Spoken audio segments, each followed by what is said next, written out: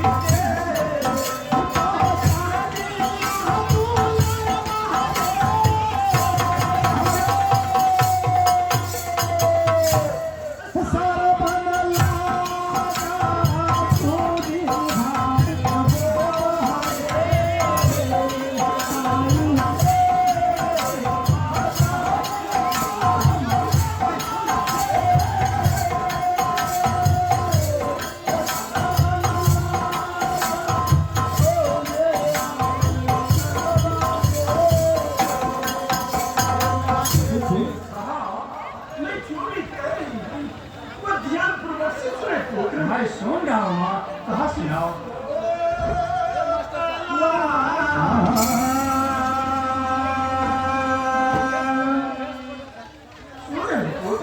हाँ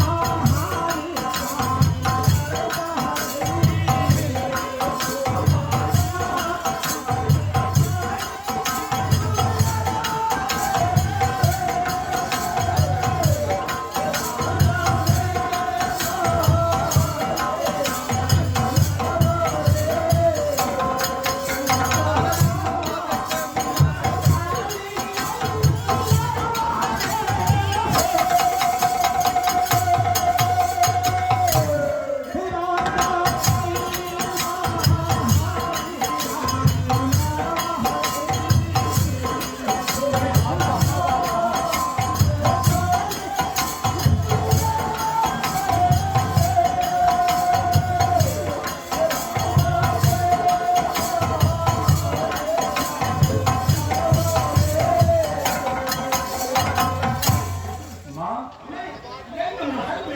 हॅलो हाँ महाराज काय केला माँ मैं क्यों जगाया हूँ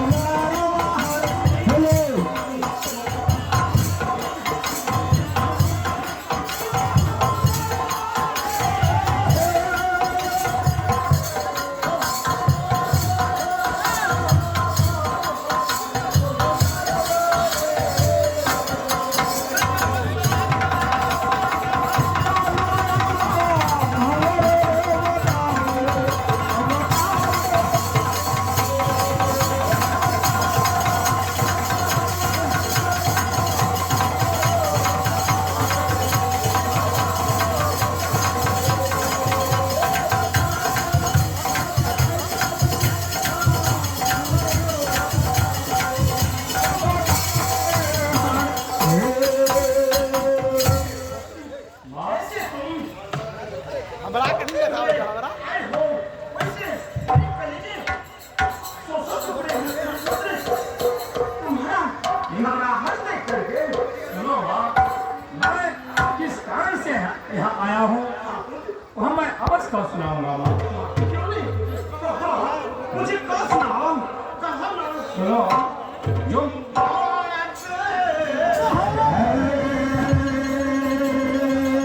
मैं सुन रहा हूँ माँ कहो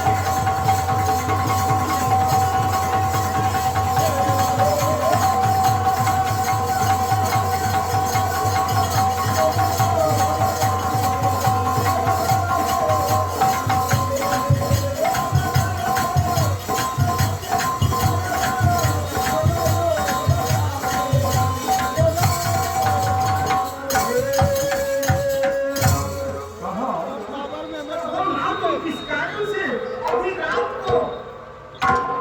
मैं तो लेकिन तुम अभी रात में क्यों जगाई हो कहो ना मैं अवश्य कर सुनाऊंगा माँ जो मैं कह रहा हूँ जरा ध्यान से सुनाओ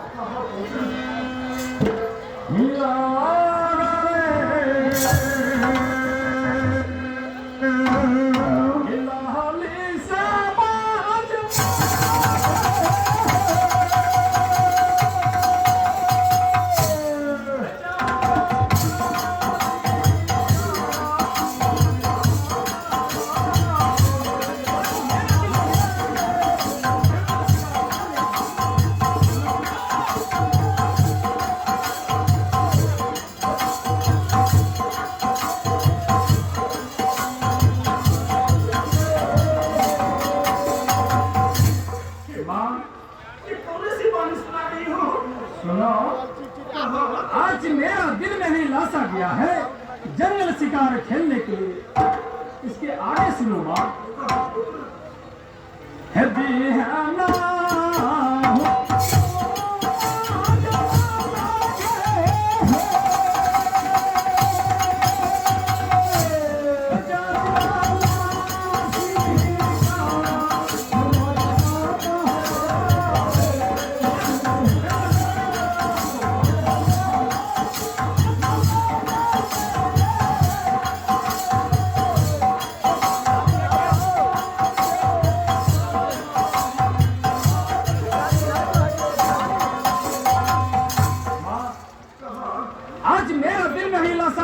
जंगल शिकार खेलने के लिए जंगल जाने के लिए स्वीकार करो माँ हाँ माँ हाँ कहो कहो मैं सुन रहा हूँ कहो भगवान कौन लगा के यहाँ माँ भगवान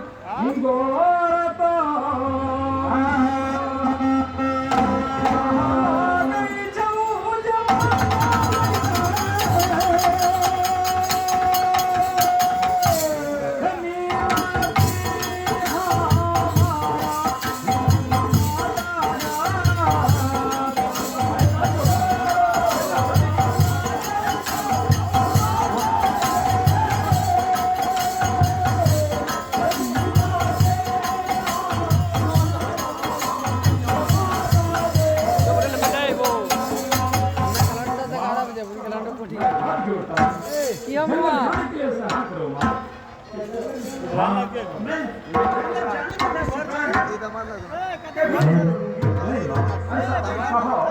बकंदरी बकंदरी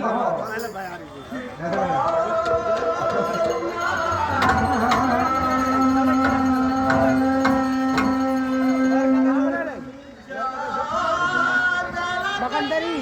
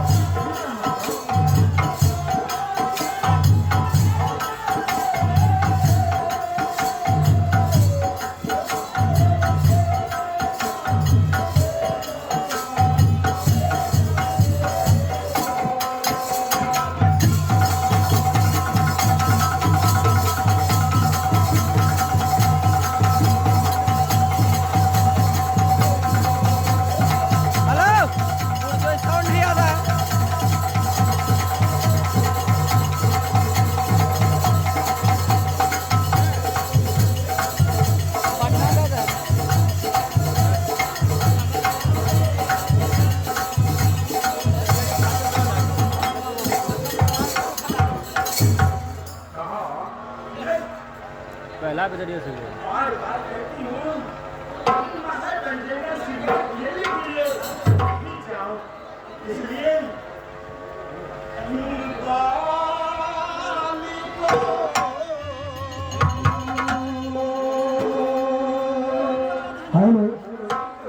मैं सुन रहा हूँ माँ कहो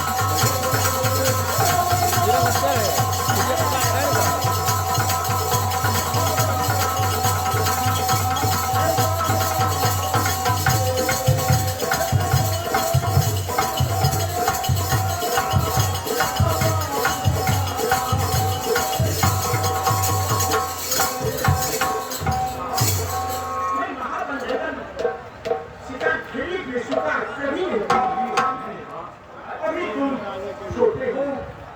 नादान हो बच्चे हो इसलिए महावन जंगल बहुत भयंकर जंगल है। अगर तुम महावन जंगल जाओगे वहाँ बहुत सा जानवर रहा करते हैं और जानवर देख करके तुम भयभीत हो जाओगे। अब जो अपना ध्यान में सुनो